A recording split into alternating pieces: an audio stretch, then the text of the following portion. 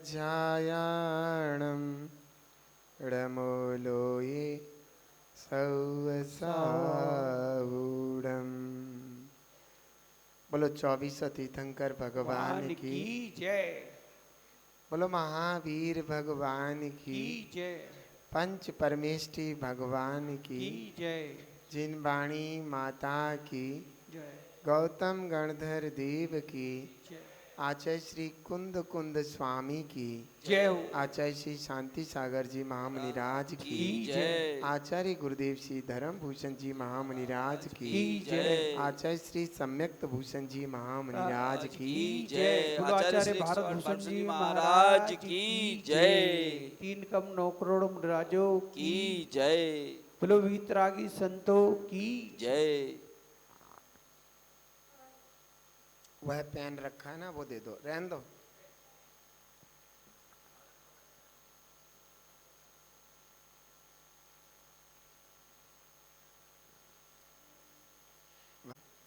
आप सभी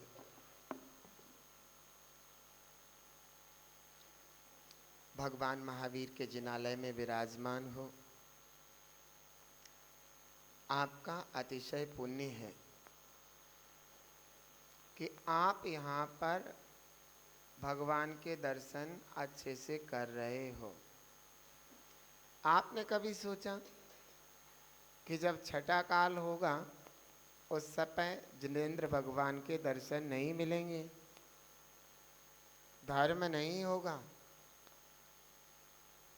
आप देखिए, जो हमें चीज़ें आसानी से मिल जाती हैं उन चीज़ों की महिमा नहीं आती।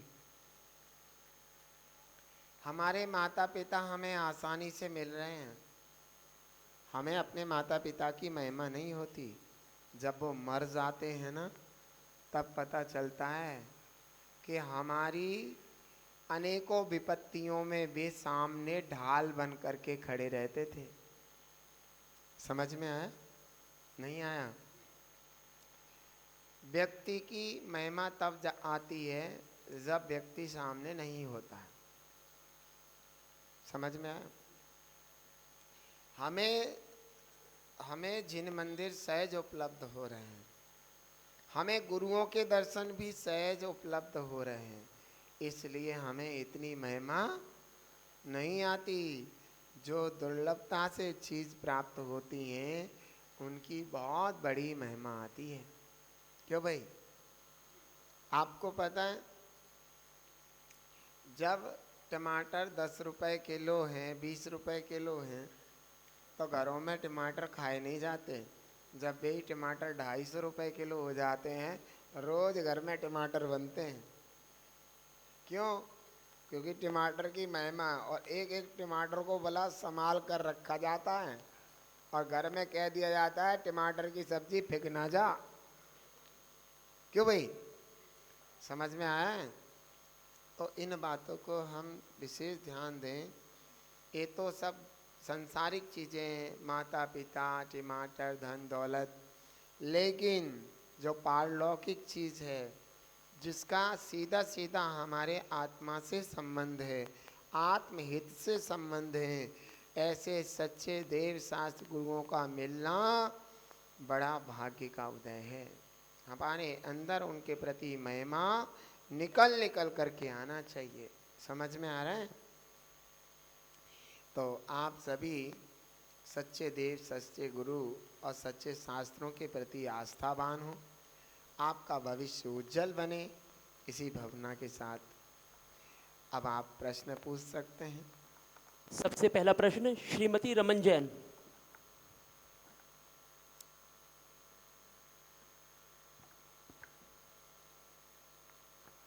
नमोस्तु माया। मेरा प्रश्न ये है कि जब हम मंदिर में परिक्रमा करते हैं तो पीछे वेदी वगैरह को छू लेते हैं, तो उनको छूना चाहिए, स्त्रियों को ही नहीं छूना चाहिए या पुरुषों को भी, मतलब वेदी को परिक्रमा करते हैं? आपका प्रश्न बहुत ही उत्तम है, क्योंकि जैसा कि मैंने आपको बताया था कल, संवेद सिकेर में जो चरण विराजमान है उसको स्त्रियां छू सकती हैं, नहीं छू सकती? इस पर मैंने उत्तर दिया था नहीं छू सकती। तो जिस वजह से स्त्रियां भगवान के चरणों को नहीं छू सकती, उसी तरीके से भगवान की वेदी को भी नहीं छू सकती है। ठीक है, वो तथ्य एक जैसे निकले। अब पुरुष वगैरह तो भगवान को गोदी में उठा के चले जाएं, उनके तुमने वो थोड़ी रखा है। और ले भी जाते हैं, अरे पुरुष लोग तो भगवान को भी, गुरुओं को गोदी में उठा के ले जाते हैं, तो उनका तो पुण्य है। क्यों? आपका इतना पुण्य नहीं है, उनका पुण्य है, पुरुष पर्याय मिली है, तो उसका उपयोग खूब भगवान को सर पे भी उठा के रखते हैं, आँखों ले जाते हैं, चरण स्पर्श भी करते हैं, अपने गुरुओं की बैयावृत्ति करते हैं, अपने गोद में रख कर के गुरुओं की बैयावृत्ति करते हैं। श्रावक का बड़ा, पुरुषों का बड़ा पुण्य है, समझ गए? तो वो पुण्य कहाँ से सबको थोड़ी मिल सकता है। आप भी पुण्य करो, भावना भाव, अगले भाव में आपको भी ऐसी पुण्य प्रवृत्ति मिलेगी कि आप भी खूब भगवान की, गुरुओं की खूब बैयावृत्ति सेवा करना। अगला प्रश्न श्रीमती प्रीति जैन।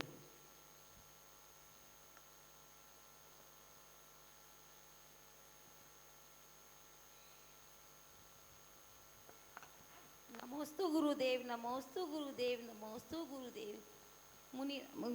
गुरुदेव, मेरा प्रश्न है कि हम रोज नित्य नियम में विधान पूजा वगैरह, तो क्या वो स्वाध्याय में ही आता है या स्वाध्याय को अलग से टाइम नहीं दे पाते? देखिए, आपने प्रश्न बहुत ही अच्छा क्या कर्तव्य आते हैं, उसमें देव पूजा और स्वाध्याय दोनों को अलग अलग गिना है, समझ में है?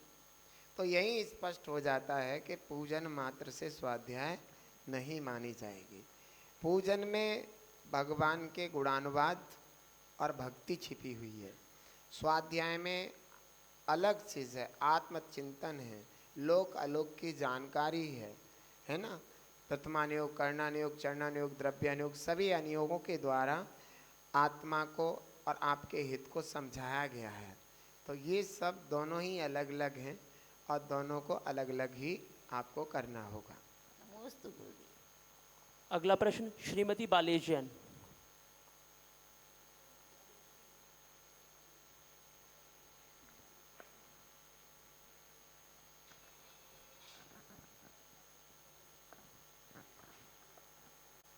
महाराष्ट्री, मेरा प्रश्न ये है कि प्रतिमाधारी को अष्टद्रव्य से पूजन अनिवार्य है क्या? प्रतिमाधारी को अष्टद्रव्य से पूजन करना क्या अनिवार्य है, ये प्रश्न है आपका। बहुत अच्छी बात है। हाँ जी, प्रतिमा जो धारी जीव हैं उनको अष्टद्रव्य से पूजन करना अनिवार्य है।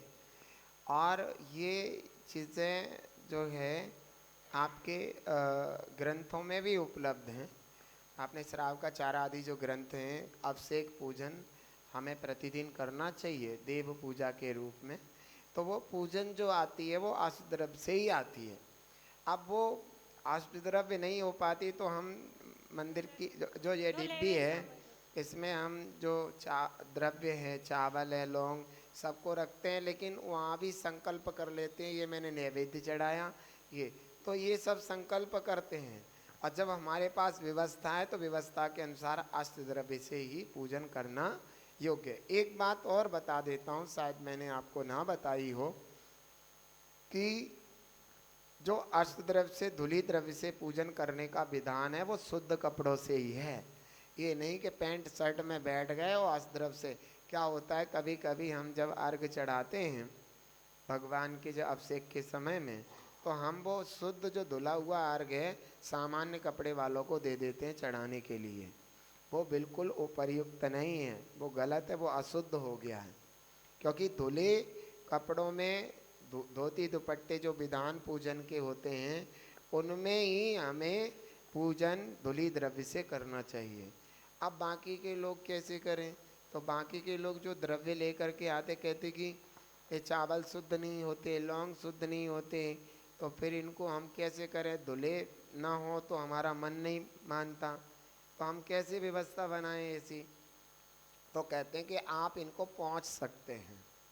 आप जो है जैसे शुद्ध जल से, छने हुए शुद्ध जल से एक बहुत बड़ा चद्दर जितना सूती कपड़ा ले करके, धो के, निचोड़ करके बिल्कुल उसको जो है उसमें द्रव्य डाल दीजिए अपनी सारी सूखी, और उसको बिल्कुल निचोड़ना चाहिए वो कपड़ा, उसको अच्छे से पोंछ लो। पोंछने के बाद वो जो है गंदगी हट जाएगी, और उसको थोड़ा सा हवा में सुखा लो ऊपर थोड़ा सा, तो वो सूखी तो यही है, थोड़ा सा उसका पानी नमी खत्म हो जाएगी। उस द्रव्य को आप अपने टिफिन में बंद करके डब्बे में रख दीजिए, और रखने के बाद जब भी आपके घर से कोई मंदिर जाए उसमें से भरे और लेके चला जाए, तो शुद्ध का शुद्ध भी हो गया। एक बात आपको मैं बहुत अच्छी बताना चाहता हूँ, ये मैंने शायद बताई हो आपको। आप लोग क्या करते हैं कि रात में ही शुद्ध सामग्रियाँ खोल देते हैं। जैसे मान लीजिए घी है, घी किसी को देना हो रात में खोल के दे दिया, आटा किसी को देना हो रात में खोल के दे दिया, तो वो रात्रि का ही हो जाता है, वो फिर शुद्ध नहीं हुआ, अवक्ष हो जाता है। जैसे रात्रि में पानी भरना, दिन छिपने से पहले पानी भर लेना, तो वो रात्रि का ही पानी का दोष लगेगा आपको वो दिन का नहीं है। ऐसे ही जैसे आहार वगैरह में क्या करते हैं कि बहन गई सारे दिन की आरी टकी, शाम को 8-9 बजे किसी के यहाँ बहन घी है, उन्होंने अपने डिब्बे में से घी निकाला और भर के दे दिया, तो वो घी जो है रात्रि में डब्बा खुल गया, तो वो घी अवक्ष हो गया। अब वो भक्ष नहीं है, वो अगर किसी को दिया जाएगा तो रात्रि भोजन में शामिल हो जाएगा। ऐसे ही आटा है, अब फल फ्रूट तो धो सकते हैं, लेकिन घी धुलेगा, आटा धुलेगा, तेल धुलेगा, ऐसी कोई भी पानी धुलेगा। ऐसी द्रव्य हमें रात्रि को खोलना नहीं चाहिए, दिन छिपने के बाद बंद रखना चाहिए, समझ गए। तो ऐसे ही द्रव्य का जो टिफिन है वो भी हमें रात्रि में खोलना नहीं चाहिए, शुद्ध सांप ढका हुआ, जिससे कि वो रात्रि का ना हो पाए। महाराज जी, जैसे हम अपने बर्तनों में पूजा करते हैं और फिर हमें वो सामग्री चढ़ानी होती है मंदिर में, तो वे वस्त्र हमें धो के पहनने चाहिए अगले दिन, या उन वस्त्रों में दोबारा पूजा कर सकते हैं? पहले तो काय में करे, डब्बे में? नहीं, हम घर से बर्तन लाए अपनी अब बर्तन सामग्री का लाए। अलग क्वेश्चन है, कपड़ों का अलग क्वेश्चन है। नहीं, तो वे बर्तन की सामग्री हमने चढ़ाई ना अपने हाथों से, फिर चढ़ी हुई सामग्री को मेज पे चढ़ाया। हाँ हाँ, बोलते रहो। हाँ, तो फिर वो वस्त्र हमारे धुले हुए रहे कि नहीं रहे? धुले हैं, क्या दिक्कत है, इसमें कोई प्रॉब्लम नहीं है। क्या होता है मैं आपको बताऊं, आदमी खींच खींच के इतनी खींच देता है कि वो टूट जाती है। रबड़ को उतना खींचो जितनी उसकी जान बची रहे, रबड़ को ज़्यादा खींचोगे तो रबड़ टूट जाएगी। हमें निर्माल्य द्रव्य ना छूने के लिए क्यों कहा गया कि जब हम पूजन करते हैं, जो सामग्री हमने चढ़ा दी, अगर वो सामग्री हमने छू ली तो वह सामग्री का जो कुछ ना कुछ थोड़ा सा हिस्सा हमारे हाथ में लग जाता है, तो वह सामग्री का लगा हुआ हिस्सा अगर हम फिर सामग्री किसी चढ़ाते तो उसमें भी लग जाएगा, तो उसका अटैचमेंट हो जाएगा, तो निर्माल्य सामग्री चढ़ाने का दोष लग जाएगा। अब अपन क्या करते हैं कि जैसी सामग्री है तो हमने अगर उसको हटा दी तो उस हाथ को धो लो या गीले छन्नी से पोंछ लो, जिससे कि वो निर्माल्य सामग्री का हमें दोष ना लगे। वो कोई अशुद्ध शूद्र नहीं हो गई, कोई मल थोड़े ही है, वो भगवान के चरणों में चढ़ाई हुई सामग्री है, बस ये है उस सामग्री का निर्माल्य का दोष न लगे। इतना मत खींचो कपड़े भी खराब हो गए, समझ गए। तो ये बहुत ज़्यादा खींच देते हैं, और खींचते खींचते इतनी लंबी खींचते हैं कि लोग बाग मंदिर में आने से भी कतराने लगते हैं, फिर वो ये काम सब छोड़ने लगते हैं। अब मैं भी निर्माल्य हो गया हूँ, मुझे भी मेरी माँ ने दान दे दिया, हम मैं निर्माल्य तो हूँ, बताओ मेरी माँ ने मुझे दान दिया नहीं दिया? नहीं दिया। अब मैं निर्माल्य हूँ, अब मेरी कोई सेवा करेगा तो वो पाप लगेगा, क्यों? ऐसा ही है, मुझे छुओ ना तो मुझे शूद्र बना के रखोगे क्या? ऐसा नहीं है, समझ में आ गया कि वो जो सामग्री को मैंने हटाया है तो वो हमारे हाथ में भी लगेगी, तो उसको हम गीले छन्नी से पोंछ ले, या कब अभिप्राय यही है तो उससे, लेकिन वो सामग्री शूद्र नहीं हो गई, निर्माल्य के दोष से बचने के लिए सारा कार्य किया है। अगला प्रश्न श्री प्रवीण जैन।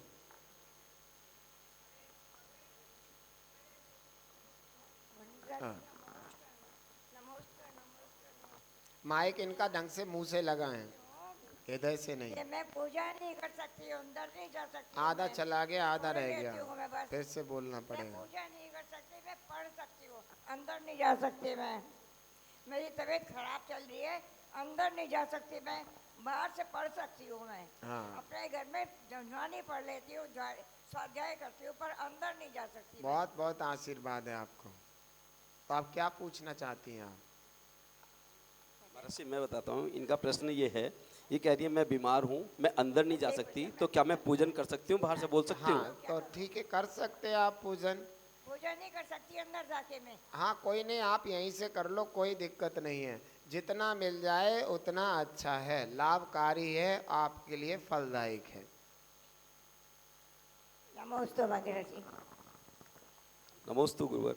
गुरुवर, मेरा प्रश्न ये है, जैसे हम कोई वस्तु मंदिर में देते हैं जो आवश्यकता की हो, मान लो पूजन की बेंचें हैं, कोई भी चीज़ है, तो क्या उसका हमें पुण्य एक बार के देने से लगेगा, या वो जब तक वो चीज़ इस्तेमाल में होगी मंदिर में तब तक लगेगा? यदि वो तब तक लगेगा तो हम ऐसी क्या वस्तु दें जिससे हमें अक्षय पुण्य की प्राप्ति हो? देखो, आपका प्रश्न बहुत अच्छा है। जैसे जिसने भी इस मंदिर के लिए जो ज़मीन जान दी, 1 ने, 10 ने, 15 ने, 20 ने, जिसने भी इस ज़मीन को दान दिया है, उसने उसी समय इस ज़मीन का पुण्य बांध लिया कि जब तक ये ज़मीन पर मंदिर रहेगा तब तक उसने इकट्ठा पुण्य बांध लेता है। ऐसे ही आपने मंदिर में ये सिंहासन दिया, तो जब तक ये सिंहासन रहेगा, मुनिराज लोग इस सिंहासन पर बैठते रहेंगे, तब तक का इकट्ठा पुण्य उस जीव ने बांध लिया। तो इकट्ठा पुण्य बांध लेता है। ऐसे ही मंदिर में बहुत सारी चीज़ें होती हैं कि हम जिनको दान में देते हैं, और जब तक वो चीज़ों का इस्तेमाल धर्म के रूप में होता रहता है, वो इकट्ठा एक बार में ही पुण्य बांध लिया जाता है। अगला प्रश्न श्री अभय जैन। नमस्ते महाराज जी। महाराज जी, ये जो प्रतिक्रमण में जो 84 लाख योनियाँ आई, उसमें मनुष्य गति की 14 लाख आई जी, तो वो किस अपेक्षा से कैसे कैसे है जी? 14 लाख किस तरह गिनती होगी जी इसकी? आपका बहुत अच्छा प्रश्न है। मनुष्य उत्पत्ति के अपेक्षा 14 लाख प्रकार का होता है। मनुष्य उत्पत्ति की अपेक्षा, माता पक्ष की अपेक्षा, जन्म की अपेक्षा 14 लाख प्रकार का होता है। उसमें जैसे तत्वा सूत्र में आपने 9 प्रकार की योनियाँ, उत्पत्ति स्थान पढ़े होंगे, उनके ही भेद प्रभेद करते हुए 84 लाख भेद हो जाते हैं। आप उन्हें पढ़िए। इस समय मेरे को पूरे तो याद नहीं है सूत्र, लेकिन जब सामने होगा उसका अर्थ करेंगे तो पूरा का पूरा स्पष्टीकरण होगा कि 84 लाख योनियाँ कैसे, वो 14 लाख योनियाँ मनुष्यों की कैसे होती हैं। तो उसमें सब वो भेद प्रभेद कैसे गुणा करना है, किस तरीके से भंग बनते हैं, उसके बाद 14 लाख योनियाँ मनुष्यों की निकल के आती है। उनके अपनी अपनी उस उत्पत्ति स्थान की अपेक्षा उनके भेद कहे गए हैं। अगला प्रश्न श्री नवीन कुमार जैन।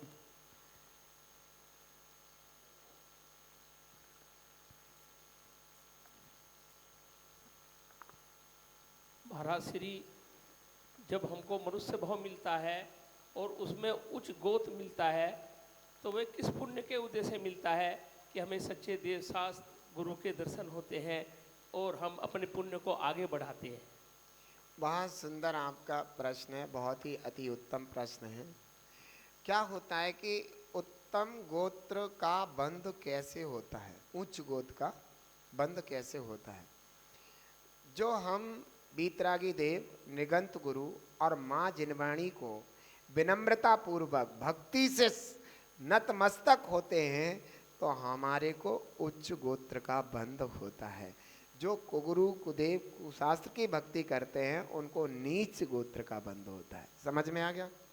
जो हम उत्तम कुल और उत्तम गोत्र में, उच्च गोत्र में पैदा हुए हैं, तो उसका कारण है कि हम जो विनय योग्य लोग हैं, सबसे पहले पंच परमेष्ठी, फिर यथा योग्य विनय के योग्य आरिका माता जी, क्षुल्लक, क्षुल्लिका, एलक आदि, जिनकी यथा योग्य, जैसे मान लीजिए इच्छामी कह करके हम क्षुल्लक क्षुल्लिका की विनय करते हैं, है ना, बंदामी कह के आरिकाओं की विनय करते हैं।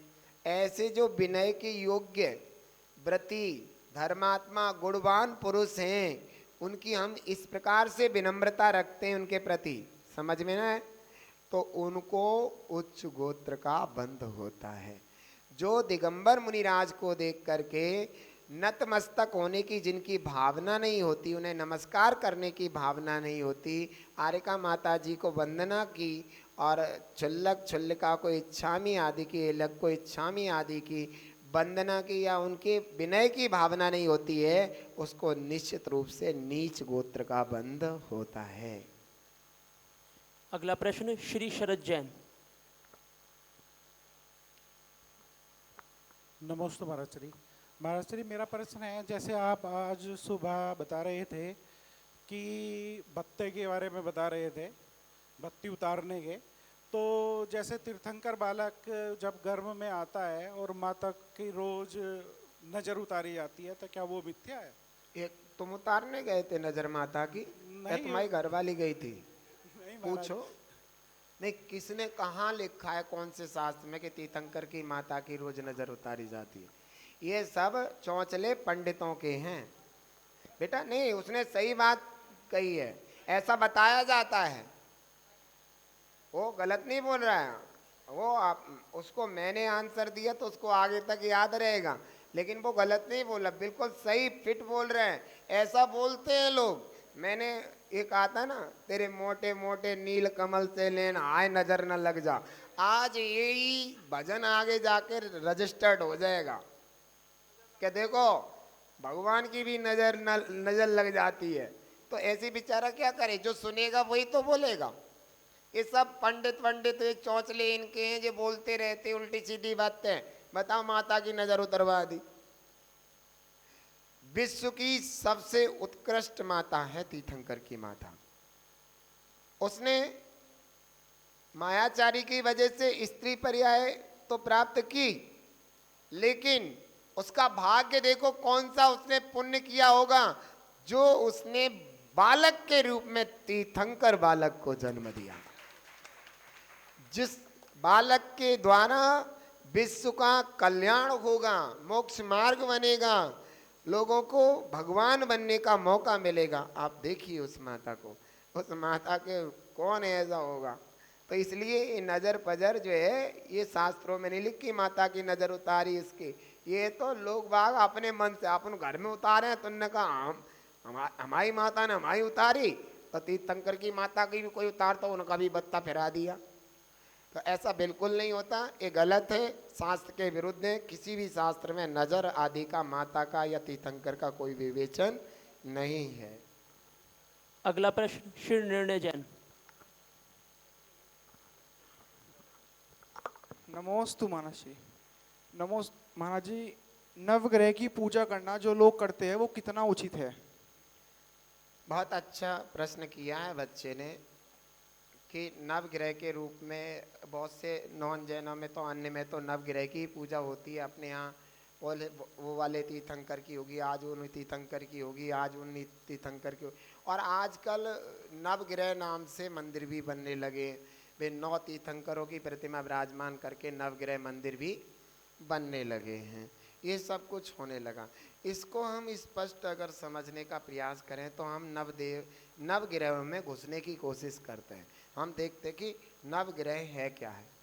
जैसे अपने यहाँ घड़ी होती है ना, घड़ी बता रही है 8:30 बज गए, 8:45 बज गए, 9 बज गए, घड़ी बता रही है। ऐसे ही किसी का ऐसा भी होगा कि जैसे मान ले किसी को फांसी की सज़ा दी गई, किसी को कहा इस तारीख को इतने बजे उसको फांसी दी जाएगी, ठीक है। अब वो घड़ी उस तारीख आ गई और घड़ी बढ़ रही है अपने लिमिट से, तो उस समय उसका लक्ष्य कहाँ है? घड़ी पर। सुई रुक जा, सुई रुक जा, सुई रुक जा। नहीं समझ में आए? ऐसे भाव आते हैं ना, हे भगवान टाइम अभी ना हो, अभी थोड़ा सा रुक जाए टाइम, रुक जाए टाइम। तो घड़ी की तो कोई गलती नहीं है ना उसमें। फांसी लगने में घड़ी की कोई गलती है? वो तो आपको टाइम बता रही कि इस टाइम से शासन ने तुम्हें फांसी देने की सज़ा सुनाई है। घड़ी की कोई गलती है? उसी 8:30 बजे हो सकता है किसी के फेरे फिर रहे हो, हैं? क्यों भाई? किसी के बालक 15-20 साल से नहीं हुआ था, बालक हो रहा है उसी दिन खुशी, उसी समय, उसी घड़ी में, उसी टाइम में खुशी मना रहा है। ऐसे ही जो ग्रह नक्षत्र आदि होते हैं, ज्योतिष विद्या जितनी भी होती है, वो हमने पूर्व जन्म, मैंने यहाँ प्रश्न आया भी था उस दिन, पूर्व जन्म में जैसे हमने अच्छे बुरे पुण्य पाप किए हैं, तो हमारे जन्म आदि के समय में ऐसे नक्षत्र, ऐसी नक्षत्र आदि पढ़ते हैं जिनके माध्यम से ऐसे लगाया जा सकता है कि बच्चा कितना पुण्यशाली है और कितना पापी है। आपने देखा होगा भगवान के शरीर में 1008 लक्षण होते हैं, तो वो इसी के प्रदर्शित होते हैं कि ये महापुरुष है या नीच पुरुष है। समझ में आया? क्योंकि उन लक्षणों से बताया जाता है कि ये महापुरुष है, इसके सारे शरीर के लक्षण और इसके जन्म के नक्षत्र भी इतने सुंदर हैं, इसने पूर्व जन्म में विशाल पुण्य किया था, इसलिए ऐसे ऐसे नक्षत्रों में ये पैदा हुआ है। समझ में आ गया? तो ये जो ज्योतिषी विद्या है उसमें नवग्रह आदि आते हैं, ये सब ज्योतिषी विद्या होती है ना। तो चंद्र सूर्य आदि ज्योतिष विमान होते हैं, तो ज्योतिषी विद्या होती है। उनके समय में ऐसे ऐसे बालक का अगर जन्म आदि हुआ है तो बताते हैं बालक अच्छा है। सिर्फ वो घड़ी की तरह बताने वाले हैं, वो कुछ करने वाले नहीं हैं। नवग्रह ना तुम्हारा भला करते ना बुरा करते, वो ये बता रहे हैं कि यह पुण्य बांध करके आया या पाप इसके जीवन में अच्छा होने वाला है या बुरा। तो नवग्रह की पूजा करना तो उपयुक्त रही नहीं। अब क्या करते हैं, उन नवग्रहों को लेकर के वे भगवान की पूजा करने लगते। मेरा ये वाला नवग्रह शांत हो जाए, मेरा ये वाला ग्रह शांत हो जाए, मेरा ये वाला ग्रह शांत हो जाए। ग्रह शांत करने से कुछ नहीं होगा, ना ग्रह शांत होंगे। समझ में आ गया? शांत करने अपने कर्म, क्या करने हैं? शांत कर्म करने हैं। अब भगवान का बंटवारा कर दिया किसी भी ग्रंथ में, मूल ग्रंथों में इस तरीके के भगवान का बंटवारा नहीं है। किसी भी ग्रंथ में आपने कभी नहीं सुना होगा कि ये वाले ग्रह के ये हैं भगवान, ये वाले ग्रह के, और बाकी 9 सारे भगवान आ गए ग्रह में। सारे आते हैं या कुछ 9 ही आते हैं? सारे आ गए, चलो भाई ये भी अच्छा रहा। तो ऐसा है कि ये भगवानों को ग्रह में बांटना उपयुक्त नहीं है। आप भगवान की भक्ति आराधना करो, उनकी भक्ति आराधना से तुम्हारे कर्मों का क्षय होगा या कर्म डाउन होंगे, आपके जीवन में अच्छा होगा। इन नवग्रह और नव इस तरीके से बांट करके भगवान की पूजन करने से मेरा ध्यान नवग्रह पर जाएगा, भगवान की भक्ति पे नहीं जाएगा। सो हम जो है खोखले हो जाएंगे। तो हमारा लक्ष्य नवग्रह पर ना हो करके भगवान की पूजन आराधना पर होना चाहिए।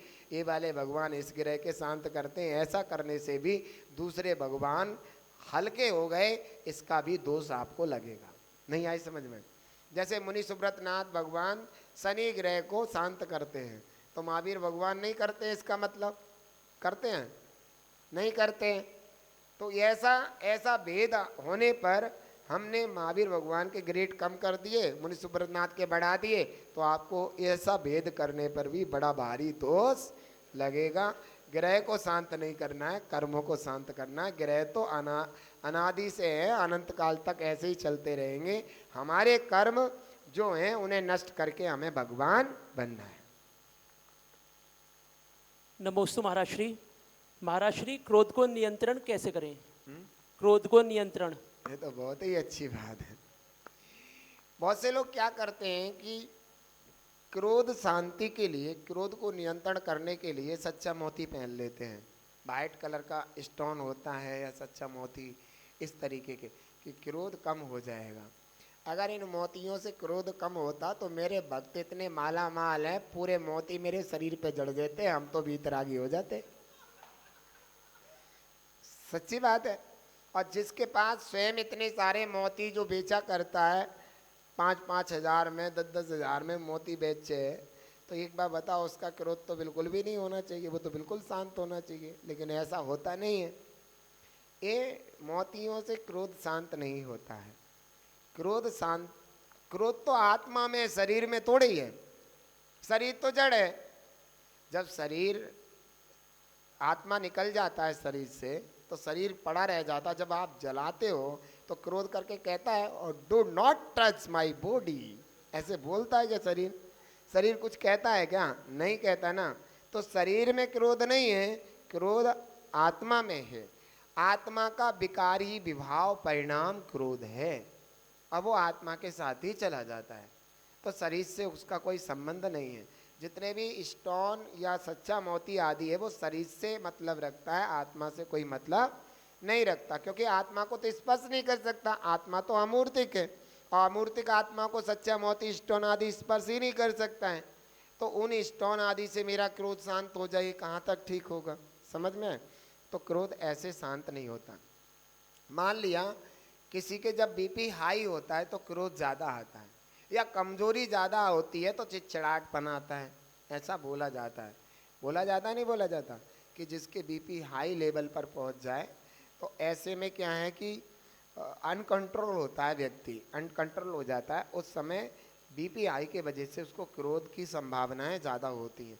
या जो शांत चित्त भी है, जिसको बीपी हाई हो गया, जैसे लड़ाई झगड़े कोई ऐसे काम होते, उस समय उसका बीपी का पारा बढ़ जाता है, उस समय भी उसके क्रोध बढ़ने की संभावनाएं रहती हैं, है ना। और ऐसी जैसे बुखार वगैरह में बीमारी में कमज़ोर व्यक्ति हो जाता है तो आपने देखा होगा हर बात को चिड़चिड़ापन हो जाता है, जो कहा चले जाए यहाँ से, हमें नहीं सुनना, तब भी क्रोध आदि होते हैं।